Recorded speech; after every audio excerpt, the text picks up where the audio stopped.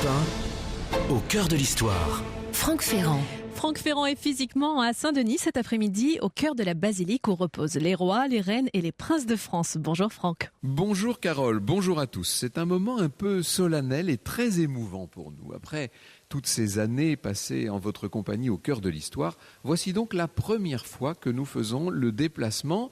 Je n'ai pas dit tout à fait le pèlerinage, le déplacement jusqu'à la nécropole des rois de France, jusqu'à cette basilique de Saint-Denis, qui est un petit peu le premier cimetière du pays. C'est donc un grand moment que je vous propose de passer en compagnie choisie, puisque nous sommes ici dans la sacristie de la basilique de Saint-Denis, avec Serge Santos, qui est administrateur de la basilique pour le Centre des Monuments Nationaux, et qui va nous expliquer exactement où nous nous trouvons. Bonjour Serge Santos. Bonjour.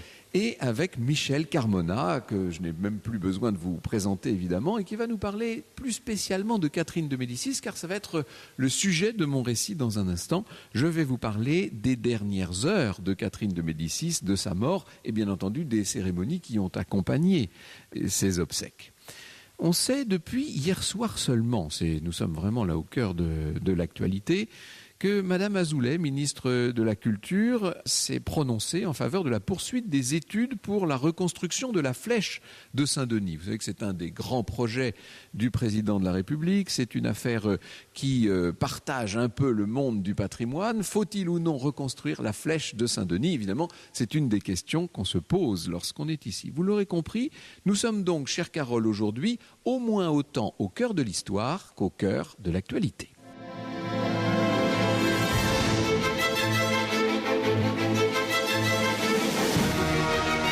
Europe 1, 14h, 15h30. Au cœur de l'histoire. Franck Ferrand.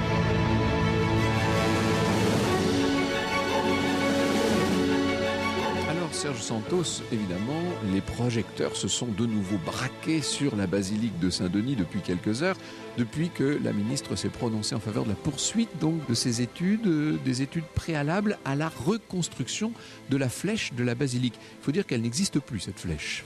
En tout cas, que les projecteurs se tournent vers la basilique cathédrale de Saint-Denis, c'est une excellente chose, oui. Car ce monument mérite encore plus que tous les visiteurs qui viennent dans ce lieu, au lieu de la nation France, ces monuments gothiques exceptionnels du XIIe et du XIIIe siècle.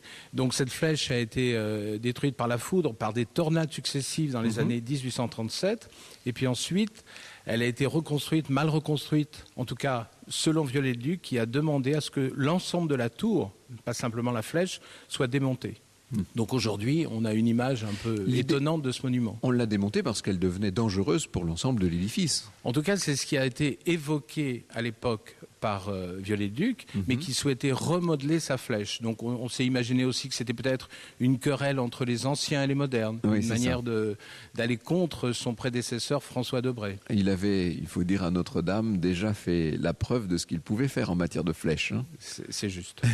Alors là, il n'a pas été au bout de son projet. L'idée, c'est aujourd'hui de la reconstruire. Dans quel contexte d'ailleurs il s'agit d'en faire un grand projet, c'est ça Oui, c'est un projet donc qui est dirigé par la ville de Saint-Denis, et l'idée effectivement c'est de créer un grand projet participatif à la manière du château de Guénelon qui se construit depuis de nombreuses années en Bourgogne, et donc l'idée que le patrimoine puisse fédérer au-delà des publics habituels. Mais à Guénelon, l'idée c'est de construire selon les méthodes du temps. Est-ce qu'on voudrait faire la même chose ici ? Oui, selon les méthodes anciennes, mais on a la chance d'avoir une documentation extrêmement précise, car lors du démontage, Viollet-le-Duc a structuré des attachements extrêmement précis, donc on peut reconstruire la flèche, la tour, telle qu'elle était auparavant. Nos auditeurs entendent un certain écho. Nous sommes dans une véritable âme de bois. C'est très beau d'ailleurs, cette sacristie de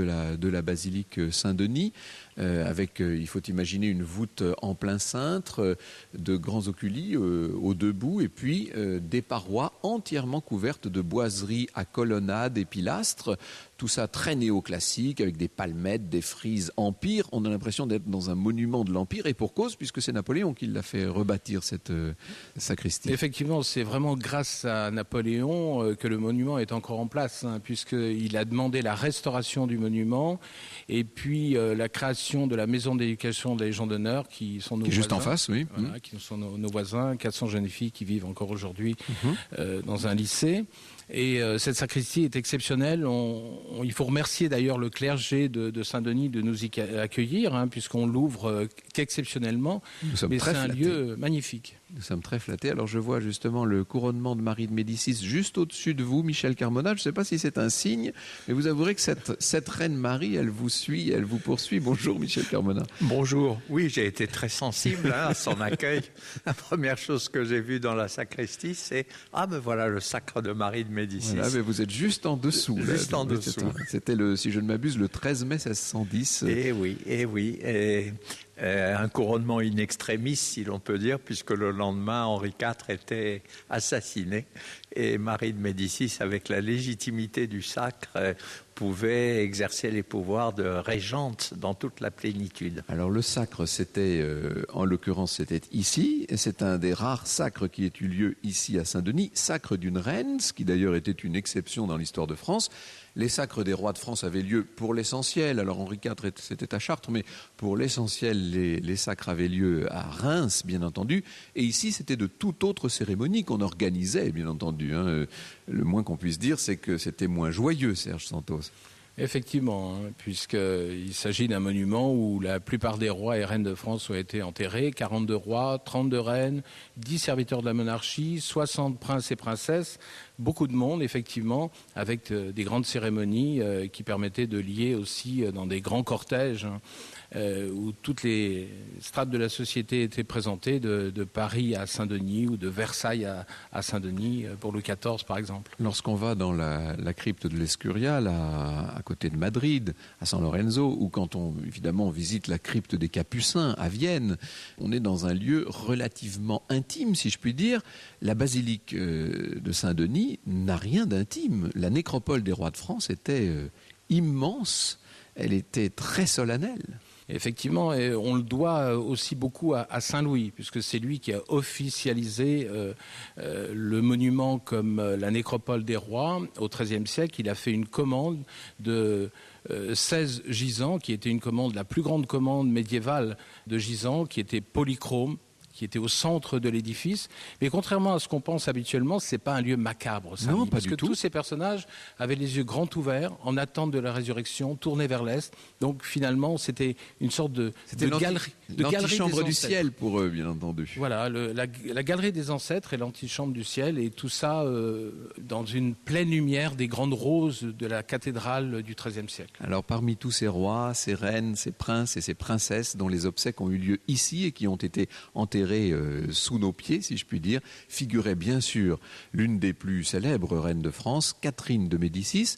C'est la fin de la vie de Catherine que je vais vous raconter maintenant. Au cœur de l'histoire. Sur Europe 1. Europe 1, au cœur de l'histoire. Franck Ferrand. Les dernières années de sa vie, Catherine de Médicis, les aura consacrées à essayer, à tenter de tout son possible de faire la paix dans le royaume, bien entendu, et nous aurons l'occasion d'y revenir dans un instant avec mes invités, mais faire la paix aussi dans sa famille. Ses deux fils, le roi Henri III et son frère, le duc d'Anjou, ne se parlaient plus depuis longtemps, et voilà que le 9 février 1584, Anjou décide de rentrer dans le rang. L'instant est pour elle très émouvant. C'est une vieille dame, bien sûr, Catherine de Médicis. Elle ne peut retenir des pleurs de joie en voyant ses deux fils s'embrassant, le plus sincèrement du monde. Il faut dire qu'elle a mis vraiment au service de cette réconciliation fraternelle toute sa ténacité. Pour elle, c'est un soulagement d'ordre familial, bien sûr, mais c'est aussi une victoire politique puisqu'elle mesure à quel point cette division au sommet de l'État ajoutait aux difficultés du royaume. Est-ce que j'ai besoin de vous dire que depuis une vingtaine d'années, le conflit entre catholiques et protestants devient de plus en plus aigu ? La joie de l'événement ne sera néanmoins que passagère, puisque dans les semaines qui suivent, la santé du frère du roi se met à chanceler. Elle a toujours été fragile, la santé d'Anjou, mais cette fois, la maladie prend le dessus. Et le 10 juin 1584, le duc d'Anjou ferme les yeux pour ne jamais les rouvrir. Pour Catherine, qui déjà a perdu son mari depuis longtemps, en 1559, et qui a perdu 7 de ses 10 enfants, c'est un coup de plus. Il n'empêche, la reine-mère tient bon. C'est une femme d'une force exceptionnelle. Elle va se relever, elle doit se relever, d'autant que cette mort s'accompagne d'une menace claire désormais. Le successeur d'Henri III, qui n'a pas d'enfant, c'est son cousin, c'est le chef du parti protestant, c'est Henri de Navarre. Cette situation promet d'attiser les haines entre catholiques et huguenots. Catherine, au plus près du pouvoir depuis de longues décennies, entend bien agir pour ce qu'elle croit juste, c'est-à-dire l'intérêt de la couronne, qui d'une certaine manière l'a toujours animée. C'est vrai, elle est âgée. En 1584, elle a 65 ans. Pour l'époque, c'est beaucoup. C'est une femme fatiguée, mais elle a ce tempérament hors du commun. Les maternités ont épaissi sa silhouette et l'âge a empâté son visage, raconte Jean-François Saulnon. Un effort, des lèvres épaisses, un double menton tôt apparu. Tous les portraits montrent une maîtresse femme.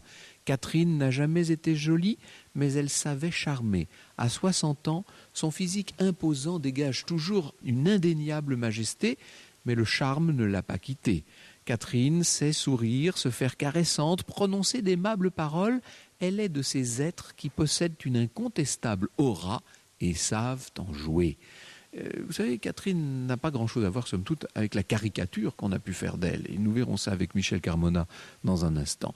C'est une femme qui peut se montrer enjouée, qui sait s'esclaffer, qui fait ripaille, qui monte à cheval, elle l'a toujours fait. Ça n'empêche pas de travailler énormément, d'être à l'affût de tout ce qui peut se passer politiquement. L'ébullition qui suit la mort du duc d'Anjou l'inquiète évidemment, et il y a là plusieurs groupes qui sont prêts à en découdre. D'abord ce parti ultra-catholique, ce qu'on appelle la Ligue, qui est lié notamment à la famille de Guise, bien entendu, qui est là, qui fourbit ses armes. Pour le duc de Guise et pour les siens, il serait inenvisageable qu'un prince protestant puisse monter sur le trône de France. Or, ce parti peut s'appuyer sur le soutien populaire d'une grande partie de la population, et notamment de Paris. En face, vous avez ces huguenots tellement remuants, qui représentent 10% de la population, 30% de la noblesse, n'oublions jamais ça, un tiers de la noblesse de France est devenue protestante. C'est une puissance militaire, le parti huguenot, qui a montré à quel point il pouvait se défendre et même peut-être aller plus loin. Et puis entre les deux, vous avez donc Henri III et Catherine dans une position délicate.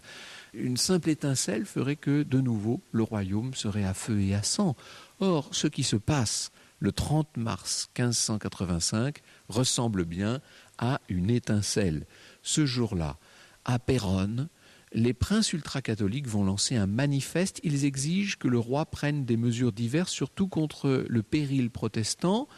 Il s'agit en quelque sorte de défendre le catholicisme, d'éloigner les mignons du roi qui sont considérés comme nuisibles. Et ces princes vont joindre le geste à la parole. Ils prennent le contrôle d'un certain nombre de places importantes, Reims, Dijon. Ils s'organisent pour la lutte. Et Catherine est bien démunie, elle l'a été si souvent dans son règne, elle prêche pour la négociation, même si Henri III a tendance à être un peu moins sous l'influence de sa mère qu'il l'a été dans le passé, il la suit bien entendu. Pour le moment, il va dans son sens. Catherine, malgré son âge, est envoyée en première ligne pour tenter de calmer les ardeurs ultra-catholiques et pour tenter de gagner un peu de temps. Plusieurs rencontres ont lieu avec la Ligue. La puissance des ligueurs est redoutable et on va finir par aboutir à un accord qui va donner beaucoup d'espoir à ceux qui croient en la paix. Parmi les décisions, les libertés des Huguenots sont supprimées. Henri de Navarre ne pourra pas monter sur le trône s'il reste dans l'hérésie, comme on dit du côté catholique, avec pour conséquence automatique un énervement de l'autre côté, bien entendu. Les Huguenots se soulèvent. Et dans cette situation, le roi tente d'adopter une attitude subtile. Bien sûr qu'il est allié aux Guises, qu'il déteste par ailleurs, mais il ne va lutter contre les Huguenots qu'à son corps défendant, sans vraiment beaucoup de volonté. Il entend empêcher que la balance, le fléau de la balance ne penche vraiment trop d'un côté. Quant à sa mère, quant à Catherine, on ne peut pas dire qu'elle accompagne tellement son fils dans cette politique de réserve. Elle obtient une mission qui pourrait changer la donne. Il s'agit pour elle d'aller à la rencontre d'Henri de Navarre pour essayer de le convaincre de se faire catholique. C'est un défi considérable, un défi immense, peut-être trop grand pour Catherine. Son envergure est immense, mais sa fatigue et sa faiblesse le sont aussi. De la musique pour funérailles de la reine Marie-Thérèse de Marc-Antoine Charpentier sur Europe 1. Europe Au cœur de l'histoire. 1, Franck Ferrand. Franck, vous nous faites revivre des temps troublés puisque nous voici au cœur des guerres de religion à la fin du XVIe siècle sous Henri III. Après la mort de son frère, celui-ci a pour héritier direct son cousin Henri de Navarre. Alors problème, c'est que c'est un protestant. Cette situation va favoriser le soulèvement d'un parti ultra-catholique dirigé par les princes de Guise puis celui des Huguenots. Ainsi, le roi et sa mère Catherine se retrouvent entre les deux partis. Alors ce que je ne comprends pas bien, c'est que le roi Henri III est jeune, marié et il me semble, est-ce qu'il ne peut pas penser que le problème dynastique va se régler de lui-même s'il a un enfant ? Ah, mais ça, Carole, c'est tout le problème. Henri III est marié depuis 1575 avec Louise de Lorraine-Vaudémont, mais aucun enfant n'a couronné cette union. Henri III est très fidèle, semble-t-il, à la couche royale. En outre, les deux époux se lancent dans toutes sortes de pèlerinages pour implorer la venue d'un fils. Ils ont recours à des remèdes dont je vous fais grâce, mais rien n'y fait. La question d'une punition divine se pose. Ça contribue d'ailleurs au développement d'un mysticisme chez Henri III qui est un petit peu déréglé, il faut bien le dire. Plus le temps passe, moins l'hypothèse d'une succession du protestant Henri de Navarre paraît pouvoir être évitée. Ainsi, Catherine est envoyée pour négocier avec le chef du parti protestant une possible conversion au catholicisme. Ça dénouerait la situation d'une certaine manière. La voilà donc encore une fois sur la route. Le voyage est épuisant. Les routes sont... faut imaginer ce que c'est que circuler à cette époque. La reine-mère, néanmoins, est toujours là. Elle est toujours sur la brèche. Pour bien des ligueurs ultra-catholiques, la tentative de paix avec Henri de Navarre, est tout simplement inacceptable. Au début de juin 1586, nous dit Jean-François Saulnon, l'annonce de l'ouverture de pourparlers avec l'hérétique scandalisa Paris et les ligueurs. Aussitôt, les prédicateurs grimpèrent en chaire pour dénoncer l'entente diabolique entre le roi, sa mère et le chef des protestants. Des pamphlets insultaient Henri et Catherine et pour la première fois, les injures s'accompagnaient de menaces de mort. En fait, tout ça ne va pas donner grand-chose. Quand Catherine parvient enfin à faire asseoir Navarre devant elle, il se montre bien peu décidé. Elle met dans la balance l'annulation du mariage de Navarre avec sa propre fille, Margot, vous savez, mais rien n'y fait. Je dirais même que ce serait presque un argument contraire. Bref, Catherine rentre sans avoir obtenu de résultat. Elle ne va guère avoir plus de succès dans les nouvelles négociations qu'elle lance à ce moment-là avec les Guises.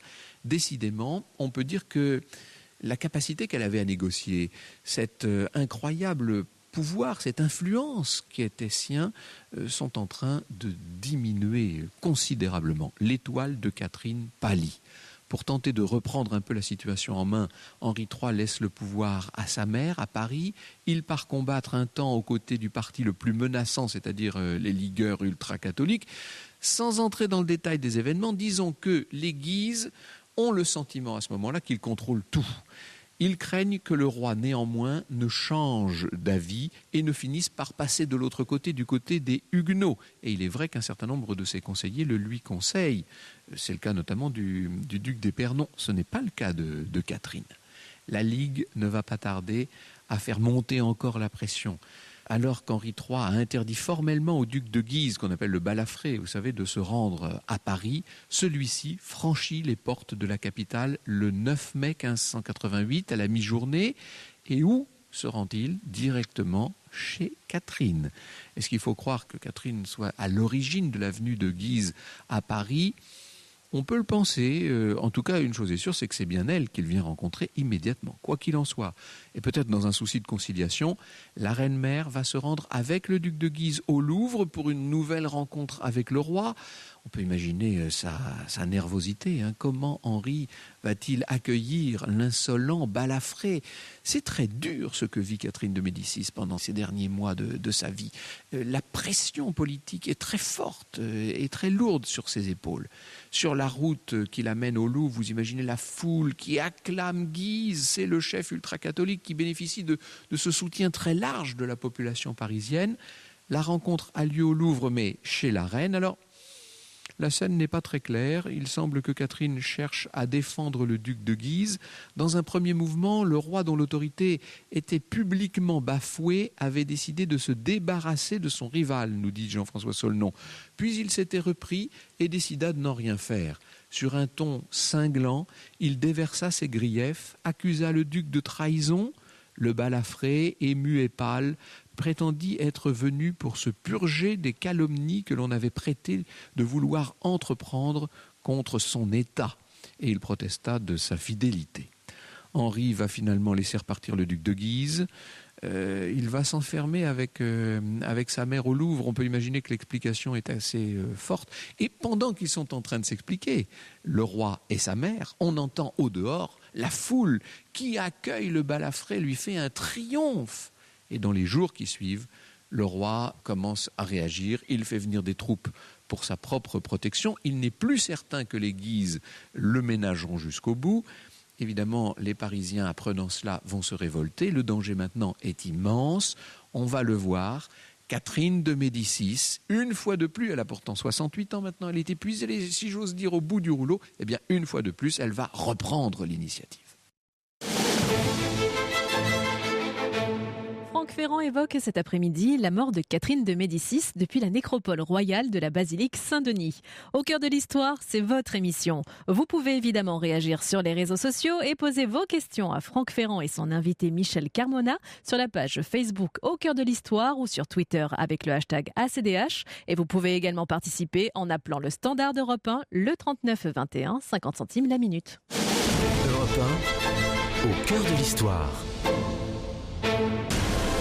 Europe 1, au cœur de l'histoire. Franck Ferrand. Et on vous retrouve, Franck, depuis la nécropole royale de la basilique de Saint-Denis. Vous voyez la situation très paradoxale de ce roi Henri qui est quasiment prisonnier de sa propre capitale. Paris est sous les barricades. La situation dégénère d'heure en heure. Et Catherine, avant le roi lui-même d'ailleurs, vont devoir tous les deux s'abaisser à réclamer l'intervention du duc de Guise pour calmer ses propres partisans. Bien sûr, le chef ultra-catholique joue les innocents. Il fait semblant d'être le premier partisan d'un apaisement, bien entendu. C'est sa manière à lui de montrer son pouvoir, de montrer sa puissance. Et la situation du roi Henri III est vraiment de plus en plus complexe. Il se dit que le meilleur moyen dans un premier temps, c'est d'éloigner ses propres troupes. Et c'est alors que Catherine va démontrer son courage. Catherine se fait accompagner de la jeune reine et elle va se rendre à pied à la messe à la Sainte-Chapelle. On avait vu Catherine comme ça pendant tout le cours du règne de son mari et puis de son propre règne, en tout cas de celui de ses fils, disons. On l'avait vu comme ça faire un certain nombre de démonstrations publiques. Elle se rend à la Sainte-Chapelle en traversant les barricades, vous imaginez. Elle avance la tête haute au milieu de ses ennemis. Elle est plus souveraine que jamais, elle se montre quasiment détachée et elle fait impression sur les gens.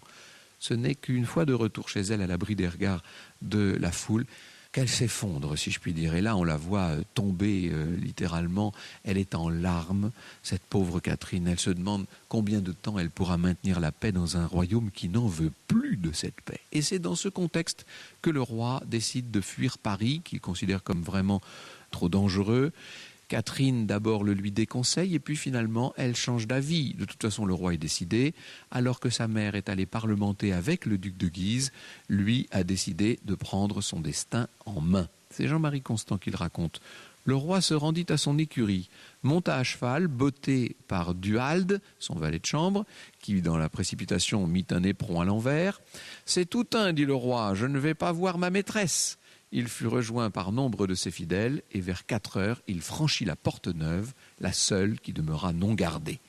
Les ligueurs n'ont pas le contrôle de la personne du roi, qui a réussi d'une certaine manière à s'échapper, mais les ligueurs n'en restent pas moins en position de force. Catherine reste à Paris.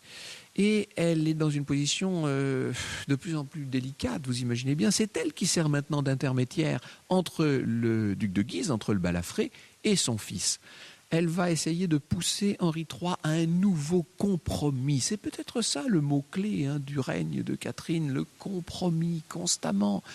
Elle va devoir consentir à un édit dégradant en juillet 1588, et c'est le roi qui doit avaler la couleuvre, si je puis dire, puisqu'il lui faut se défaire de son conseiller, le duc d'Épernon, qui était un de ses plus proches, une sorte d'archimignon, si vous voulez. Pour Henri III, c'est le recul de trop.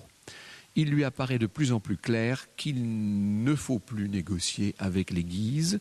Il doit prendre ses distances avec les orientations un peu trop conciliatrices de sa mère. Et d'ailleurs, il est bien décidé à écarter purement et simplement Catherine du conseil. C'est terrible pour cette reine qui jusqu'alors a régné à travers ses fils, a réussi à maintenir un semblant de concorde. Je dis bien un semblant, puisqu'il y a eu tellement d'accros dans les différents accords. Toujours est-il que là, maintenant, on la met de côté. En septembre 1588, le roi décide de changer toute son équipe de conseillers, qui devaient tous leur poste à Catherine, bien entendu. C'est un acte très fort, c'est une sorte de coup d'État contre sa mère, d'une certaine manière. Catherine doit se rendre à l'évidence, son fils, la chasse du pouvoir, nous dit Jean-Pierre Poirier. Elle s'est trop rapprochée des Guises, qui n'ont d'autre but que de lui ravir sa couronne. J'ai maintenant 37 ans, dit le roi, je veux m'appliquer moi-même sans faiblir à l'administration de mon royaume et voir si en gouvernant à ma guise, c'est le cas de le dire, je pourrais obtenir de meilleurs résultats que par les conseils de ceux dont je me suis séparé. C'est une sorte de prise du pouvoir par Henri III, tardive certes, mais néanmoins très forte. Henri convoque à Blois les États généraux. Et le problème, c'est que les ligueurs restent très majoritaires.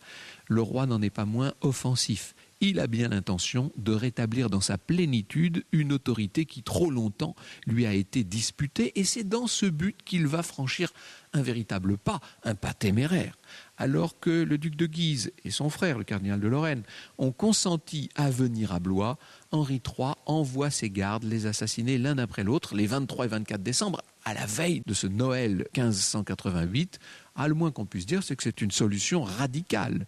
Évidemment, ça va décupler la colère de toute une partie du royaume, de tous les ultras, si je puis dire, contre le roi et contre sa couronne. Catherine est désespérée. Elle aurait commenté l'événement tellement éloigné de la politique qu'elle avait jusqu'alors tenté de mener en disant à un prêtre « Ah, le malheureux, qu'a-t-il fait ?» Elle parle de son fils, bien sûr. « Priez pour lui, qui en a plus besoin que jamais, et que je vois se précipiter à sa ruine, et je crains qu'il ne perde le corps, l'âme et le royaume. » C'est assez prophétique ce qu'elle nous dit. Déjà, de son côté, la reine-mère est malade, très malade. Est-ce qu'il faut y voir une conséquence de son éloignement forcé de la politique ? Toujours est-il qu'au fil des semaines, elle s'est affaiblie considérablement. Thierry Van Ekfelen nous le dit, elle respire de plus en plus mal et chaque quinte de toux lui vaut maintenant un étourdissement. Elle crache des glaires vert foncé. Quelques jours plus tard, la plèvre lui fait de plus en plus mal. Quand elle tousse, elle en est comme foudroyée. Elle a peine à bouger. Néanmoins, elle semble vouloir rester dans l'action politique. Le 1er janvier 1589, on la voit rendre visite au cardinal de Bourbon, qui est membre du parti ligueur, qui est retenu captif. Mais qu'on ne s'y trompe pas, la fin de la reine-mère maintenant est proche. Son extraordinaire force n'est plus déjà qu'un souvenir. Et le 5 janvier, le roi est à ses côtés pour l'assister dans ses dernières dispositions. Les pensées de Catherine ne se tournent plus que vers Dieu désormais. Quelle n'est pas sa surprise quand elle découvre que son dernier confesseur se nomme Saint-Germain. Un mage lui avait en effet annoncé qu'elle mourrait près de Saint-Germain et elle faisait bien attention de ne jamais se trouver dans la proximité d'une paroisse nommée Saint-Germain. Eh bien, la prédiction se vérifie. Elle s'éteint au début de l'après-midi. Le royaume, à ce moment-là, est en pleine guerre. On peut dire que c'est une défaite totale de Catherine.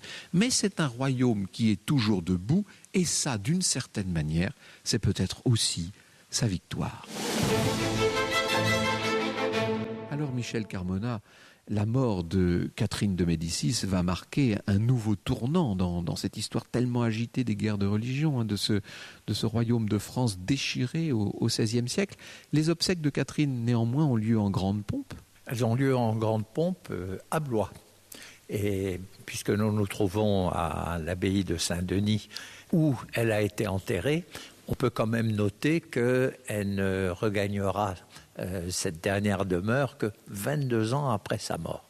En tout cas, les obsèques, effectivement, ont lieu en grande pompe. C'est une reine de France, c'est une reine qui a exercé un pouvoir sur des dizaines d'années, et quoi qu'on pense de sa politique, elle mérite le respect parmi ses contemporains.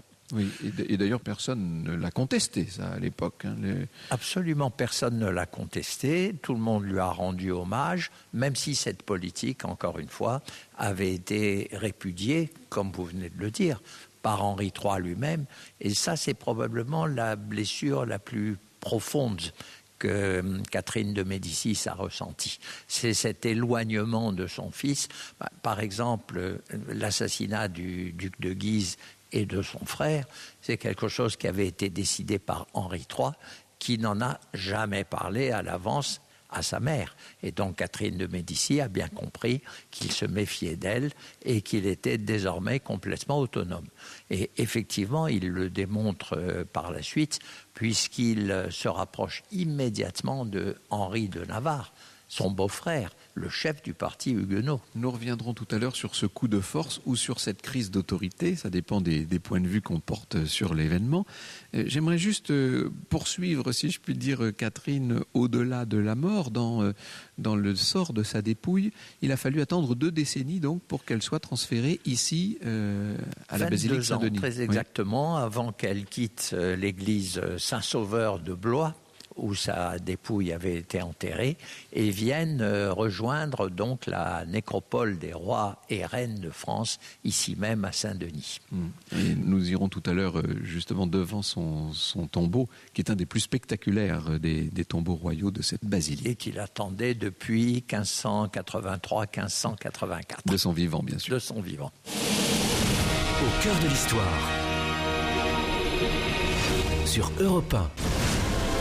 Europe 1, au cœur de l'histoire. Franck Ferrand. Franck, vous avez évoqué la mort de Catherine de Médicis depuis la basilique de Saint-Denis. Et pour en parler, vous êtes accompagné par l'historien et biographe notamment de Marie de Médicis et de Richelieu, Michel Carmona. On peut dire d'une certaine manière, Michel Carmona, que les dernières années de Catherine de Médicis auront vu la reine-mère perdre un peu pied en politique.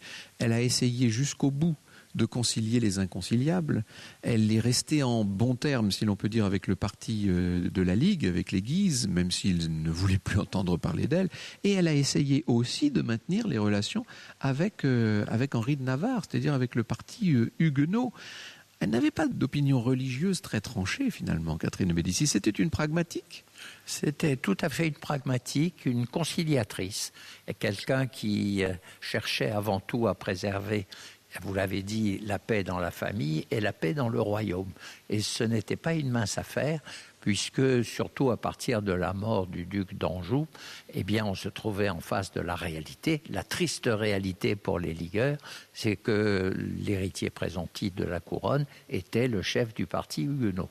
Et elle n'a pas manqué de chercher à tout prix à concilier ce qui paraissait inconciliable dans le climat de l'époque. Alors, il y a eu des moments où elle a cherché des alternatives. Par exemple, comme c'était la famille des Bourbons qui se trouvait en première ligne, on s'est demandé si on ne pouvait pas demander au cardinal de Bourbon, qui lui était resté catholique, de se défroquer, si l'on peut dire, et d'accepter de devenir roi. Pourquoi pas ? Alors ça permettait d'avoir un Bourbon, mais en même temps d'avoir un bon catholique, quelqu'un qui n'avait jamais dévié. Essayer de ménager à peu près tout le monde. Voilà. Alors pour ce qui concerne Henri de Navarre, le futur Henri IV, il s'était déjà converti, déconverti, reconverti, etc. Et d'ailleurs, il le prouvera, puisque l'ultime conversion, quelques années plus tard, ici même à Saint-Denis, le verra revenir à la foi catholique et lui permettre en définitive d'être accepté. Et donc, on comprend pourquoi Catherine de Médicis insiste, parce qu'elle connaît son gendre, elle voit très bien quel caractère c'est, et elle pense qu'elle peut le convaincre. Mais voilà, les circonstances ne sont pas favorables. Mais comment expliquer que cette femme qui, si passionnément, a toujours œuvré pour la conciliation, pour la concorde, pour le compromis, pour la synthèse, je ne sais plus quel terme employer, qui d'ailleurs en est venue souvent aménager la chèvre et le chou, cette femme qui a toujours fait preuve de la plus grande souplesse, ait pu acquérir dans l'histoire la réputation d'un personnage effroyable, cette légende noire de Catherine qui est en fait une empoisonneuse, une traîtresse, enfin tout ce qu'on peut imaginer. Comment expliquer que tant de bonnes intentions se soient heurtées au jugement implacable des siècles ? Je pense qu'il y a une première raison, c'est que cette pratique de la négociation, de la conciliation, avec plusieurs fers au feu, passe très mal. Oui. Et en France, déplaît à tout le monde, finalement. On déplaît à tout le monde. Et en France, c'est très facile de stigmatiser les origines de Catherine de Médicis, Florentine, c'est-à-dire les Médicis, et puis les traîtrises, les coups fourrés, éventuellement le poison, le poignard. On en rajoute. Et elle-même, elle prête le flanc parce qu'effectivement, avec ces négociations multiples, elle ne s'y perd pas. Mais les autres s'y perdent et peu à peu, la confiance s'érode. Et on dit, c'est vraiment un personnage maléfique, un personnage qui vit l'intrigue pour l'intrigue. Alors, ça c'est la première raison. Maintenant, il y a une deuxième raison, c'est que Henri IV a beaucoup contribué à cette légende noire. Voilà. Il y a une phrase que rapporte Sully, 2 ans avant que Henri IV épouse à son tour une Médicis, Marie de Médicis, et il dit parmi les différentes princesses mariables en Europe, puisqu'il va divorcer de Margot, la reine Margot, avec qui il n'a pas eu d'enfant, et comme il faut assurer l'avenir de la dynastie, on cherche une princesse aussi jeune que possible et mariable pour le roi de France. Et il y a précisément la nièce du duc de Toscane, du duc de Florence de l'époque, à qui le roi de France a emprunté beaucoup d'argent. Et donc, épouser la nièce, ce serait une manière de ne pas rembourser. Voilà. Et il dit à ce moment-là à Sully, il y a bien cette princesse, on dit qu'elle est assez belle, ça c'est important pour Henri IV, pour n'importe qui, mais enfin pour Henri IV particulièrement. Et il dit, mais voilà, je ne peux pas oublier qu'elle est de la même race que la reine-mère Catherine, qui a fait tant de mal au royaume, et particulièrement à moi et au mien. Il y a un ressentiment personnel. C'est fou quand on pense au dévouement dont elle a fait preuve, quand même. Elle a tout fait pour l'aider d'une certaine manière. Alors pas à la fin, c'est peut-être ça. Il a eu le sentiment d'avoir été berné constamment par elle, au bout du compte. Et ça remonte à l'époque du massacre de la Saint-Barthélemy, évidemment. En fait, là, il y a une trace qui, elle, est ineffaçable. Quelle est la responsabilité personnelle de Catherine dans cette Saint-Barthélemy ? Alors, il y a quelque chose qu'il faut dire et redire, c'est qu'il n'y a pas eu de préméditation dans le massacre de la Saint-Barthélemy.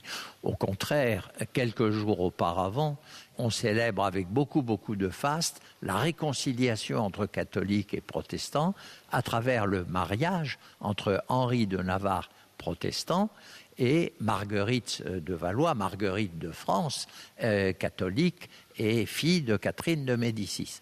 Et puis, ce qui se passe, c'est que, avec ce grand rassemblement de nobles, catholiques et protestants venus participer à ces cérémonies, il y a un attentat. Il y a un attentat contre le chef des calvinistes, des huguenots, qui est l'amiral de Coligny.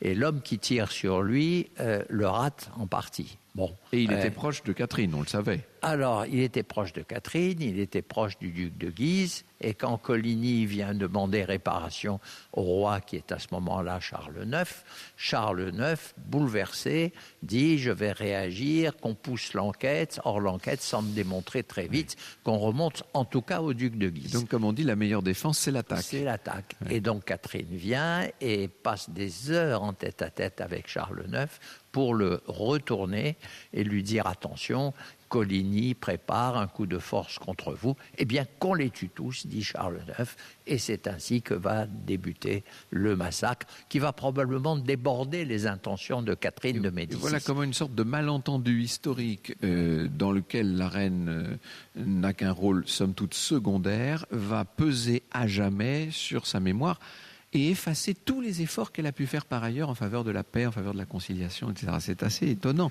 Elle a d'ailleurs beaucoup travaillé à sa propre postérité. Elle voulait qu'on garde une bonne image d'elle, et d'ailleurs, c'est peut-être une des raisons pour lesquelles elle a travaillé à son tombeau, etc. Il était où le tombeau? Ici, dans la rotonde des Valois, initialement, hein, c'est ça? Absolument, la rotonde des Valois qui a disparu plus tard pour cause de manque de travaux d'entretien, mais la rotonde des Valois que Catherine de Médicis avait voulu embellir, magnifier, etc., car c'était l'illustration de la dynastie à laquelle elle s'était complètement identifiée. C'est quelque chose qu'il faut aussi remarquer, c'est qu'à partir du moment où elle est devenue princesse française et reine de France, elle s'est naturalisée entièrement, apprenant le français qu'elle maîtrisait très très bien et jouant un rôle également de mécène qui est tout à fait remarquable au bénéfice du faste de la cour. Ce que je vous propose, Michel Carmona, et vous, Serge Santos, c'est de nous rendre maintenant justement devant le tombeau de Catherine de Médicis. Il a été rapatrié dans le chœur maintenant, comme tous ces tombeaux du XVIe siècle, d'ailleurs, sont des cénotaphes maintenant. Oui, ce sont des cénotaphes. Il y avait auparavant une petite crypte et les corps étaient enterrés directement au-dessous. Et effectivement, cette rotonde a été détruite au début du XVIIIe siècle par les abbés de Saint-Denis qui n'avaient plus les moyens d'entretenir ce bâtiment qui n'avait jamais été vraiment terminé. Eh bien, nous y allons, de ce pas même. Europe 1, au cœur de l'histoire. Europe 1, au cœur de l'histoire. Franck Ferrand. On vous retrouve, Franck, depuis la nécropole royale de la basilique de Saint-Denis. Vous êtes devant le tombeau de Catherine de Médicis et vous êtes accompagné par l'historien Michel Carmona et par l'administrateur de la basilique, Serge Santos. Ce n'est pas un tombeau de Catherine de Médicis que vous nous proposez finalement, Serge Santos. Ce sont 2 tombeaux. Oui, c'est toujours une question pour le public. Alors, il faut imaginer effectivement cette grande rotonde des Valois, qu'on a appelée la rotonde Notre-Dame-la-Blanche, qui se trouvait à l'extérieur du monument, de 30 mètres de diamètre. Et le grand tombeau, commandé donc à la suite de la mort d'Henri II, donc à Paris, lors de ce fameux tournoi rue Saint-Antoine, donc commandé pour glorifier la famille des Valois et puis se rattacher aussi à l'art antique, puisque c'est une rotonde un peu comme les tombeaux antiques, comme le tombeau Saint-Ange à Rome, par exemple. Il y avait quelque chose de romain volontairement. Oui, puisque à l'époque on n'aimait pas l'art gothique, c'était un terme de mépris, et donc c'est une manière de se rattacher à l'Antiquité, donc d'être à la fois dans le monument, basilique de Saint-Denis, mais quand même à l'extérieur. Donc il faut imaginer un grand monument qu'on a devant nos yeux, un très grand tombeau. C'est une sorte de petit temple, oui, c'est ça. Un temple, effectivement. Qui fait un peu penser dans son esprit à la fontaine des Innocents, mais pour cause, on est tout à fait dans la même époque. Effectivement, donc commandé par le primatis, réalisé aussi, les sculptures sont réalisées par Germain Pilon, donc magnifique, il y a 2 étages. Oui. À l'intérieur, le roi et la reine sont représentés morts, nus, les yeux fermés. Et là, il y a une petite anecdote, puisque Catherine de Médicis a commandé un premier tombeau, un premier transi à Della Robbia, qui se trouve actuellement au Louvre, et qu'elle trouvait trop décharné. Et donc, celui-ci, qui a été réalisé par les ciseaux de Germain Pilon, est plus proche des Vénus antiques, comme celle qui se trouve au musée des Offices de Florence. Et puis, au-dessus, le roi et la reine sont présentés, cette fois en bronze, et en prière. Sur le dôme lui-même, sur le toit, en quelque sorte, du petit temple, oui. En attente de la résurrection. Sans couronne, mais avec le manteau royal. Là, ils sont en bronze. Ils sont en bronze. Il y a une volonté de Catherine aussi de retrouver la couleur. La couleur italienne à travers du marbre gris, du marbre rouge, du marbre bleu. Il faut dire que le tombeau a été réaménagé par Viollet-le-Duc, il était un tout petit peu différent. Et puis les 4 vertus en bronze qui sont extraordinaires qui sont vraiment l'art de Fontainebleau, avec beaucoup de grâce, des courbes, des contre-courbes, ce qu'on a appelé la femme amphore, avec un bassin extrêmement important, simplement pour jouer sur les courbes. Alors nous allons évoquer bien entendu l'architecture extraordinaire de cette basilique. Ah oui, alors évoquons le deuxième. Je n'ai pas répondu véritablement à votre question. C'est-à-dire dans cette grande rotonde, il y avait au centre le grand tombeau. Et puis, dans des chapelles, il y a eu des projets. Par exemple, il y a une Vierge de Germain Pilon qui se trouve actuellement dans l'église Saint-Paul à Paris, qui se trouvait dans une de ces chapelles. Et dans une autre chapelle, nous avions les gisants de Henri II et Catherine VI qu'on a sous nos yeux, qui sont cette fois extrêmement réalistes, qui sont... On a l'impression qu'ils sont là, oui, vraiment. Hein. Oui, et puis c'est vraiment le travail de Germain Pilon. On a l'impression que le vêtement est sous nos... On a envie de le toucher, Oui, voyez, c'est tellement très il est, étonnant, oui. C'est très, il est très d'une réaliste. qualité exceptionnelle. Le visage du roi est encore jeune et beau, et pour cause, puisqu'il est mort dans sa 40e année. Voilà, tout à fait. La reine, elle, est présentée telle qu'à la fin de ses jours, Michel Carmona. On a une idée là assez proche de ce que devait être Catherine de Médicis. Hein. Tout à fait, on voit bien ce visage qui est déjà à l'antichambre de la mort. Hein.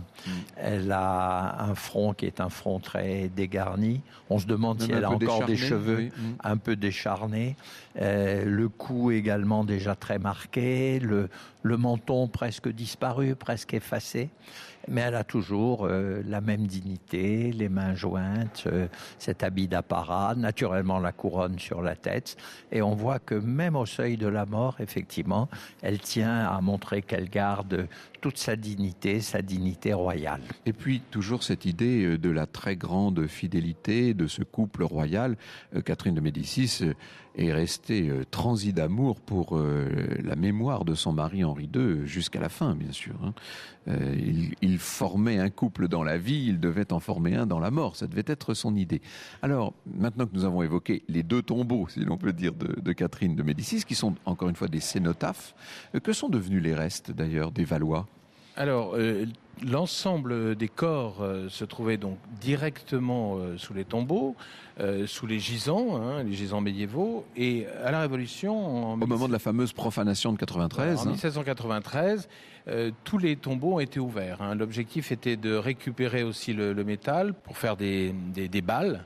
Et donc, les révolutionnaires sont venus au mois d'octobre 93. L'objectif, il était surtout de salir la mémoire de tous ces rois, hein, puisqu'ils ont été jetés à la fosse commune. Hein. Il y avait les deux éléments. Il y avait le besoin d'armes, et puis il y avait effectivement la volonté que le roi ne soit plus enterré dans le monument. Donc on a ouvert toutes ces tombes, mais il faut imaginer que c'est pas le grand public qui rentre comme ça et qui va tout détruire. Hein. C'est très extrêmement organisé. En fait, oui. C'est organisé. Il y a un entrepreneur qui s'appelait Monsieur Cellier avec des ouvriers qui sont payés, et on le fait de manière chronologique. Il y a un PV précis où on dit telle tombe a été ouverte tel jour, on a trouvé tels éléments à l'intérieur. Et tous ces corps sont jetés, placés dans deux grandes fosses communes qui se trouvaient exactement à l'endroit justement de la rotonde des Valois. Et puis ensuite, Louis XVIII a demandé que ces corps soient recherchés. Ils ont été replacés dans un ossuaire qui se trouve... Nous irons le voir tout à l'heure, bien sûr. Actuellement, dans la crypte. Alors, l'architecture, nous en parlons dans un instant, mais il faut expliquer à nos auditeurs où nous nous trouvons. Nous sommes à l'entrée du déambulatoire, côté nord, en haut du transept, en fait, nord. Ce qu'il faut dire, c'est que l'église est à deux niveaux ici. Hein. Au-delà du transept, on monte d'un étage, si je puis dire. Effectivement, ça c'est la volonté de l'abbé Sugère. Au XIIe siècle, le chevet, c'est-à-dire la tête de l'église, le bout de l'église est surélevé parce qu'il souhaitait que dès l'entrée du monument, on voit les reliques de Saint-Denis qu'il avait fait lui-même monter de la crypte obscure vers la partie éclairée qui était son grand œuvre. On ne pourra pas faire le tour de tous les tombeaux, mais évoquons quelques-uns des gisants qui se trouvent là, dans ce déambulatoire. Eh bien, il y a essentiellement, déjà avant tout, le grand tombeau de Dagobert, qui est entre le déambulatoire et puis le centre de l'église, qui est dans le cœur même. Hein. C'est un immense monument commandé au temps de Saint-Louis en 1240 environ. Et on voit Dagobert qui est couché sur le flanc gauche, qui regarde vers les reliques de Saint-Denis, puisque Dagobert, c'est le premier roi enterré à Saint-Denis en 639. Et c'est un monument qui donc est exceptionnel, à 3 étages, où on voit l'âme du Dagobert qui est apportée dans une barque vers un lieu infernal par des démons, puisqu'on dit qu'il avait tendance un peu à récupérer les biens de l'Église pour ses propres intérêts. C'est aussi brillamment sculpté qu'un tympan de cathédrale, tout simplement. C'est un véritable tympan de cathédrale, et au deuxième étage, on voit l'âme de Dagobert, présenté comme un petit enfant nu, qui est attrapé par Saint-Denis et amené vers le ciel, en quelque sorte, sur un linceul, et il peut aller au paradis. En quelque sorte, ce monument, et c'est une grande communication des abbés de Saint-Denis, avec l'idée que si on se fait représenter à Saint-Denis, Saint-Denis protégera le corps du roi, non seulement pendant sa vie, mais après sa mort. Et c'est toute la raison du pourquoi les rois sont enterrés à Saint-Denis.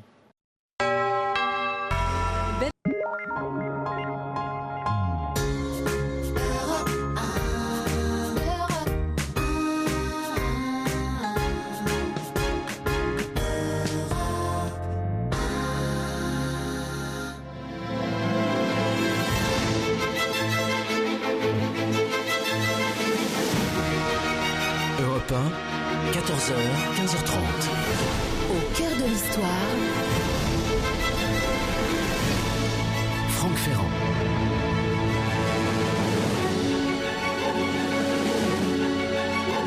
Franck, vous avez évoqué la mort de Catherine de Médicis et il faut dire que c'est une émission un peu particulière et tout à fait passionnante que vous nous proposez aujourd'hui, puisque vous avez la chance d'être dans la nécropole royale de la basilique de Saint-Denis avec Serge Santos, l'administrateur de la basilique. Oui, Carole, nous avons beaucoup de chance. Je dois vous dire que c'est un spectacle tout simplement extraordinaire qui s'offre à nos regards. Nous sommes dans le cœur de cette basilique de Saint-Denis, nécropole des rois de France, et qui est, nous l'oublions pas, et là on en a une démonstration impressionnante, qui est l'une des toutes premières églises ogivales de France. Ogivale, c'est-à-dire ce qu'on appelle aujourd'hui une cathédrale gothique. Serge Santos. C'est cela même. Elle a un surnom, la basilique, jusqu'au XVIIIe siècle. On l'appelle la Lucerna, la lanterne Saint-Denis, pour signifier son maximum d'éclairement. Et ça, c'est la volonté déjà. Très clair. Hein. Il y a une très très belle lumière. Hein. C'est ce qu'on peut retenir aussi de ce monument. Une lumière extraordinaire. Et au XIIe siècle, la Sugère crée ce chevet dans lequel nous sommes, avec un mur qu'il appelle lui-même dans son texte, parce qu'il a beaucoup commenté son œuvre, Lux Continua, la lumière continue. Et c'est unique en Europe, c'est un mur de lumière continue, de vitraux avec le bleu. On dit qu'il naît à Chartres, mais non, il naît à Saint-Denis. Et oui. Voilà.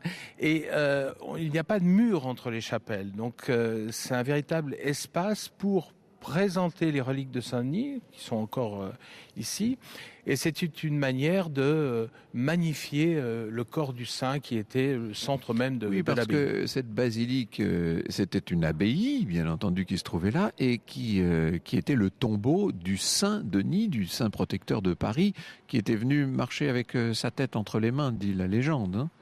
Jusqu'ici, en fait. Une belle histoire, oui. Une belle légende, une manière aussi d'édification spirituelle. Saint-Denis est un personnage complexe, en tout cas évangélisateur, mort vers 250-280, enterré à l'endroit où nous sommes, et au-dessus de sa tombe, on a commencé à construire une première église au IVe siècle qui s'est agrandie aujourd'hui. On a un puis une bâtiment deuxième, puis une troisième. Là, c'est la troisième où nous sommes. Quatrième, oui. Voilà. Et qui est donc, à partir de cette construction de l'abbé Sugère, qu'il a rénové à la fois la façade. En quelle année sommes-nous là ? Alors, tout d'abord, il a reconstruit la façade. 1135-1140, c'est une façade qui vient d'être restaurée en 2015, qui est une façade exceptionnelle où 80% de la sculpture est médiévale, 12e siècle. Elle est très pure, toute belle et toute propre. Voilà. Oui. Et puis, il a reconstruit le chevet dans lequel nous sommes. Et ensuite, de 1230 à 1280, ses successeurs ont réalisé l'espace entre les deux, c'est-à-dire la grande nef devant laquelle nous sommes, avec une immense croisée du transept éclairée par deux grandes roses. Et c'est là que Saint-Louis a créé ce ce grand projet des 16 gisants qui sont les premiers gisants, les premiers grands tombeaux qui représentent la nécropole des rois et reines de France. Alors nous viendrons au mobilier et aux gisants dans un instant, mais l'architecture elle-même est une sorte de poussée, d'élévation, d'ouverture à la plus grande lumière possible. Ce sont toutes les révolutions architecturales de l'arc-boutant, etc. Enfin, ce qui va faire l'architecture gothique. On est ici dans une des premières réalisations de cette architecture. Hein. On est à la fois dans une des premières, avec la cathédrale de Sens au XIIe siècle, et puis on est dans un modèle extrêmement important au XIIIe siècle, 1230-1280, qui va rester pendant jusqu'au XVe siècle le modèle architectural qui sera copié en particulier par Notre-Dame de Paris.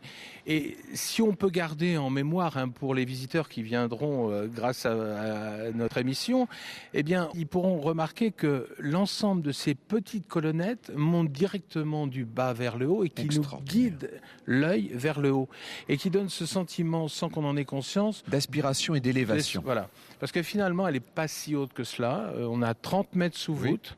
Notre-Dame est plus haute. Hein, oui. Notre-Dame est plus haute. Mais on a moins ce sentiment d'élévation à Notre-Dame grâce à cet artifice créé par les architectes des colonnettes. Cette forêt de colonnettes, littéralement, qui crée une élévation, une verticalité, Michel Carmona. Hein. C'est très spectaculaire ce que nous voyons. Effectivement, très très spectaculaire. Et c'est quelque chose qui est unique. Comme vous venez de le rappeler, Serge Santos, parce que le modèle des cathédrales que l'on trouve après, comme Notre-Dame de Paris, n'a pas cet artifice et ne donne donc pas cette impression, quelle que soit la grandeur de Notre-Dame de Paris. Ici, il y a une légèreté qui a été voulue. C'est une sorte de manifestation de la spiritualité, qui est la spiritualité qui devait émaner de cette basilique, de cette église. Et alors, à quel moment décide-t-on que ce sera la nécropole des rois de France, que tous seront enterrés là ? C'est Saint-Louis qui prend cette décision ? Ça se fait peu à peu, en fait. Oui. Une reine est déjà enterrée ici, une reine mérovingienne, la reine Arégonde, qu'on a trouvée un peu par hasard dans les fouilles archéologiques, avec un mobilier extraordinaire. Elle est enterrée en 580, et puis ensuite, c'est Dagobert, le premier. Mais il ne faut pas imaginer que tous les rois se font enterrer comme ça, sans difficulté. Quelques mérovingiens uniquement sont enterrés à Saint-Denis, puisqu'il y a également l'abbaye de Saint-Germain-des-Prés qui est concurrente. Sûr, oui. Et puis les Carolingiens à travers Pépin le Bref surtout. Et puis ensuite Charlemagne aurait souhaité se faire enterrer. Sauf que lui, il est à Aix-la-Chapelle. Voilà. Charles le Chauve, donc uniquement quelques Carolingiens, et ce n'est qu'à partir du Capet que quasiment tous les rois vont être enterrés. Et donc finalement... Louis XI est à Cléry. Saint-André. C'est ce qui l'a sauvé, lui, si je puis dire. Oui. Donc finalement, c'est véritablement Saint-Louis qui officialise la nécropole des rois et des reines de France. Alors, ces rois vont donc se faire enterrer ici. Il y a la grande rotonde des Valois dont nous parlions, qui n'existe plus aujourd'hui, qui était cette espèce de grand temple funéraire où étaient les magnifiques tombeaux qui ont été rapportés dans l'église après la destruction, bien entendu. Et puis, les Bourbons, eux, puisque nous parlions tout à l'heure de la mort de Catherine qui précède de peu celle de son fils Henri III et donc du changement de dynastie, les Bourbons vont se faire enterrer de façon infiniment plus simple. C'est très étrange. Il n'y a pas du tout de grande chapelle, de grands tombeaux, etc. Les Bourbons sont dans la crypte. Alors, ils sont enterrés effectivement avec beaucoup d'humilité, pourrait-on dire. Ils sont enterrés dans des cercueils de plomb entourés de cercueils de bois, simplement sur des tréteaux de fer. Alors il faut dire que c'est sans doute la moindre importance politique du monument qui fait qu'il n'y a pas de grands projets, ou plus exactement, il y a eu des projets d'une grande rotonde, par exemple, à l'est du monument, par le Bernin, c'était quand même extrêmement important, mais finalement qui n'ont jamais vu leur réalisation, puisque par exemple Henri IV a eu préféré se faire représenter à Paris, la fameuse sculpture de Paris, et le centre du pouvoir, qui a été vraiment Saint-Denis pendant très longtemps, puisque l'abbaye assurait des fonctions pas simplement d'enterrement des rois, mais également de fixer, de conserver la mémoire à travers les intellectuels qui étaient les abbés de Saint-Denis. Les premières histoires de France, entre guillemets. Exactement. C'était le lieu de naissance de l'histoire de France ici. Oui, c'est ça. Et donc, si vous voulez, ce pouvoir devient beaucoup moins important après Catherine. C'est les derniers feux, finalement, la rotonde des Valois. Et donc, de ce fait, on continue à se faire enterrer à Saint-Denis, mais il n'y a pas toute cette représentation prestations extraordinaires de... Ce que je vous propose, anciennes. c'est de nous y rendre dans la crypte maintenant, si vous voulez. Avec plaisir. Europe 1, au cœur de l'histoire.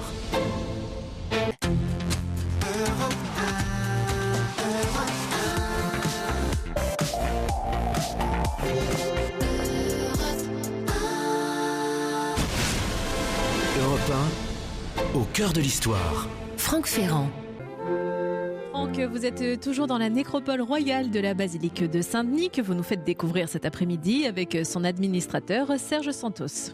Oui, Carole. Alors, nous sommes maintenant dans la crypte même de la basilique de Saint-Denis, dans ce qui était le fameux caveau des Bourbons. C'est là qu'étaient enterrés tous ces souverains. Les cercueils simplement posés, nous disiez-vous, sur des tréteaux de fer. Ce que nous avons sous les yeux, c'est une nécropole nettement plus ancienne, là, Serge Santos. Oui, alors là, on est au cœur de l'origine même du monument, puisque devant nous, on a une fosse qui est censée être le premier lieu d'enterrement de Saint-Denis, qui est mort, je rappelle, vers 250-280. Et on voit des murets qui sont les bases des fondations de la première église, oui. 9 mètres de large sur environ 20 mètres de long. Et puis devant nous, il y a une marée de sarcophages exceptionnels qui datent du 5e, 6e siècle.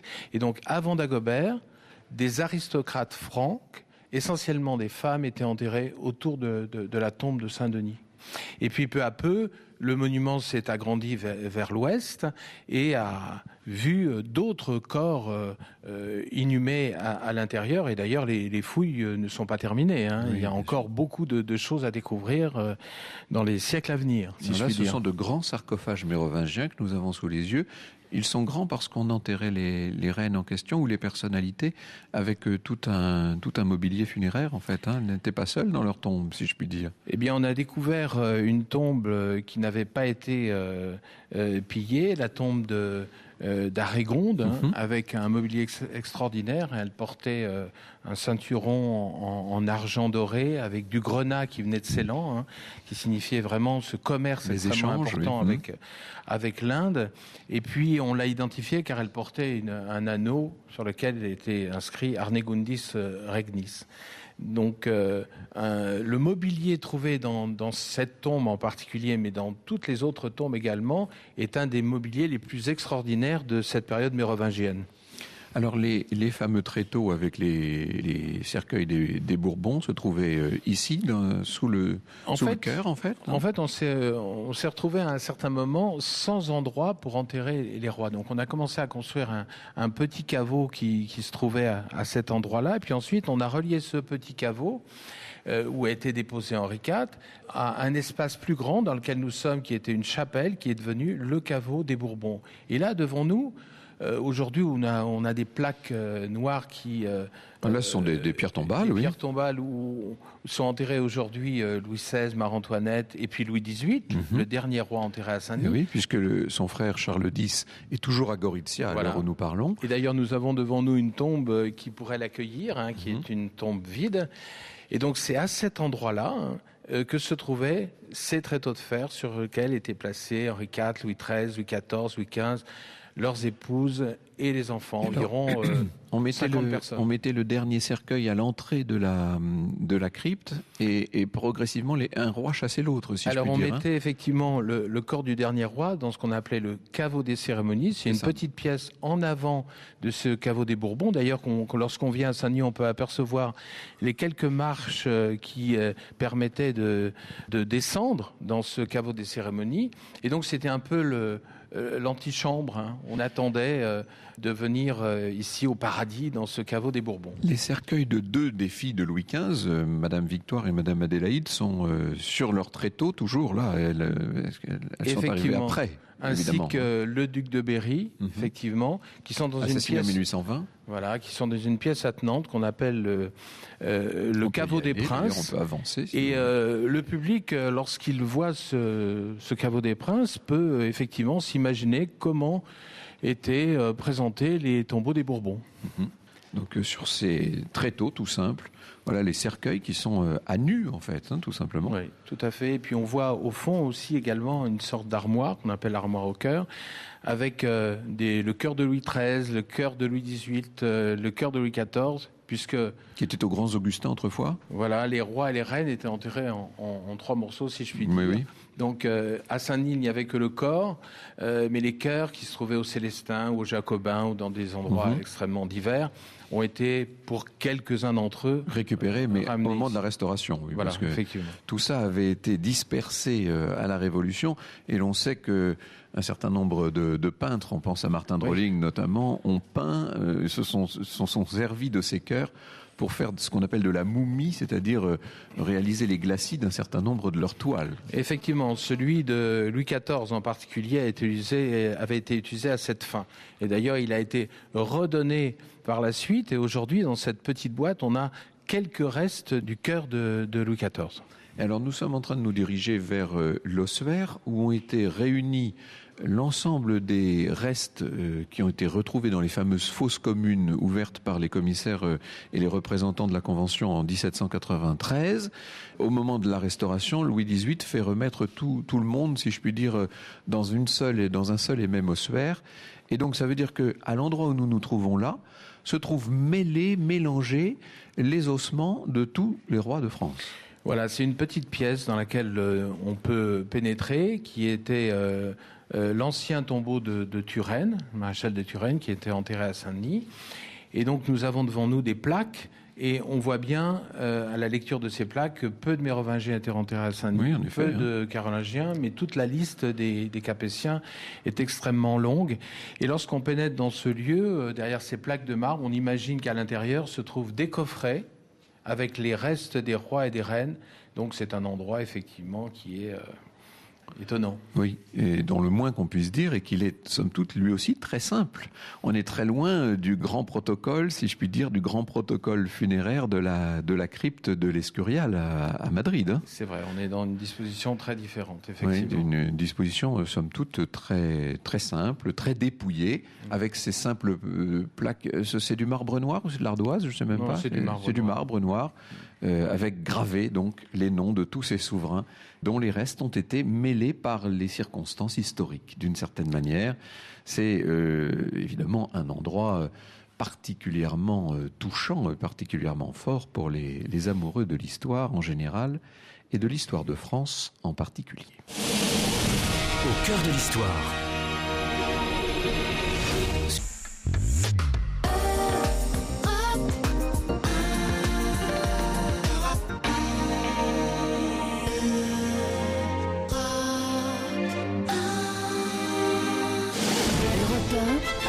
Au cœur de l'histoire.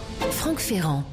Et c'est déjà la dernière partie de notre visite du jour, Franck. Vous êtes à Saint-Denis, toujours en compagnie de l'administrateur de la basilique de Saint-Denis pour le Centre des Monuments Nationaux, Serge Santos. Oui, nous terminons par le commencement, Carole, d'une certaine manière. Nous sommes maintenant sur le parvis de la basilique de Saint-Denis. Monument absolument extraordinaire qui a été, comme nous le disait Serge Santos, complètement restauré, remanié, refait à neuf, j'allais dire. Oui, enfin en tout cas c'est une très très belle restauration réalisée par la DRAC Île-de-France en 2015 qui a consisté à nettoyer la pierre qui était noire auparavant. Donc c'est un nouveau monument exceptionnel et on s'est rendu compte à cette occasion que 80% au moins de la sculpture était médiévale. C'est-à-dire que simplement les têtes ont été refaites, mais tout le reste, c'est la sculpture. Ont dû être refaites parce qu'elles avaient subi évidemment les atteintes des guerres de... Non, pas des guerres de religion, de la Révolution. La Révolution, oui. Les deux.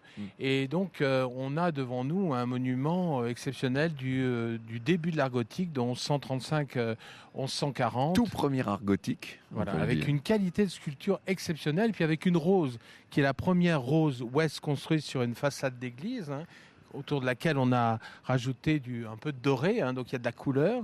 Et puis des cette portails rose magnifiques, aux tympans sculptés, aux voussures sursculptées. Les grands vantaux eux-mêmes sont des chefs-d'œuvre de ferronnerie, il faut le dire. Effectivement, ils ont été refaits au 19e siècle, mais ils sont extraordinaires. Et puis, des petites anecdotes. Par exemple, au pied du grand Christ en croix du jugement dernier, on a un petit personnage qui prie. Eh bien, c'est l'abbé Sugère qui s'est fait représenter au pied de Saint-Denis. Il était représenté 4 fois dans son église. Il est là, il a signé sa présence. Michel Carmona, on n'a plus l'idée aujourd'hui du faste impressionnant des grandes obsèques royales qui avaient lieu là, donc régulièrement, à chaque fois qu'un roi, une reine, un prince ou une princesse venait à mourir. C'était une sorte de grand cortège qui se formait, soit à Paris, soit à Versailles plus tard, et qui mettait la nuit entière à se rendre jusqu'ici avec des centaines d'officiants.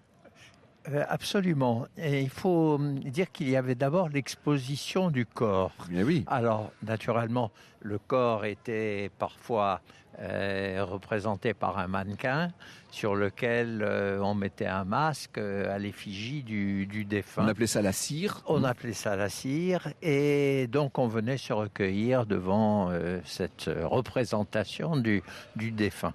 Et ensuite, le cercueil était effectivement chargé, si l'on peut dire, sur un carrosse monumental, ouvert. Une sorte de grand catafalque roulant. Oui, tout à fait, avec des voiles noirs sur les côtés.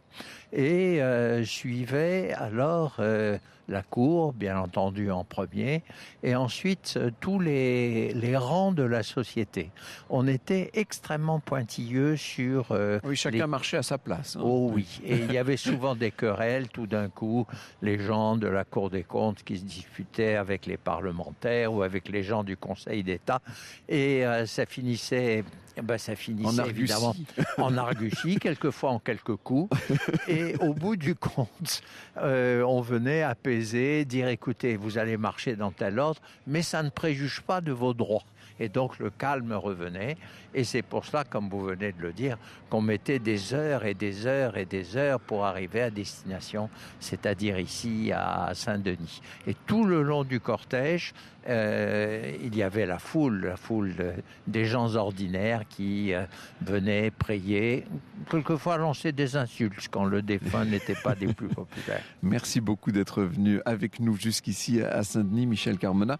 C'est une promenade très agréable. Nous sommes maintenant donc sur le parvis. En face, il y a la place.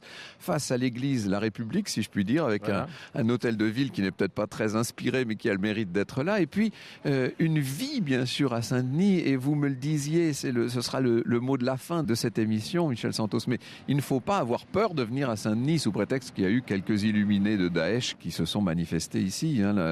La vie continue ici et la basilique mérite vraiment le détour et le voyage. J'invite vraiment tous les auditeurs à se rendre dans la basilique parce que c'est un monument exceptionnel. Mais le centre-ville de Saint-Denis est effectivement également très intéressant. On a une place ici qui est une place nouvelle où on peut boire un café en regardant ce magnifique monument. Et donc c'est à quelques encablures de Paris, à 10 minutes de Paris, un lieu incontournable, je dirais. Avis aux amateurs. Merci beaucoup à vous deux. Merci à tous. Et l'heure est maintenant venue de passer l'antenne à Alessandro.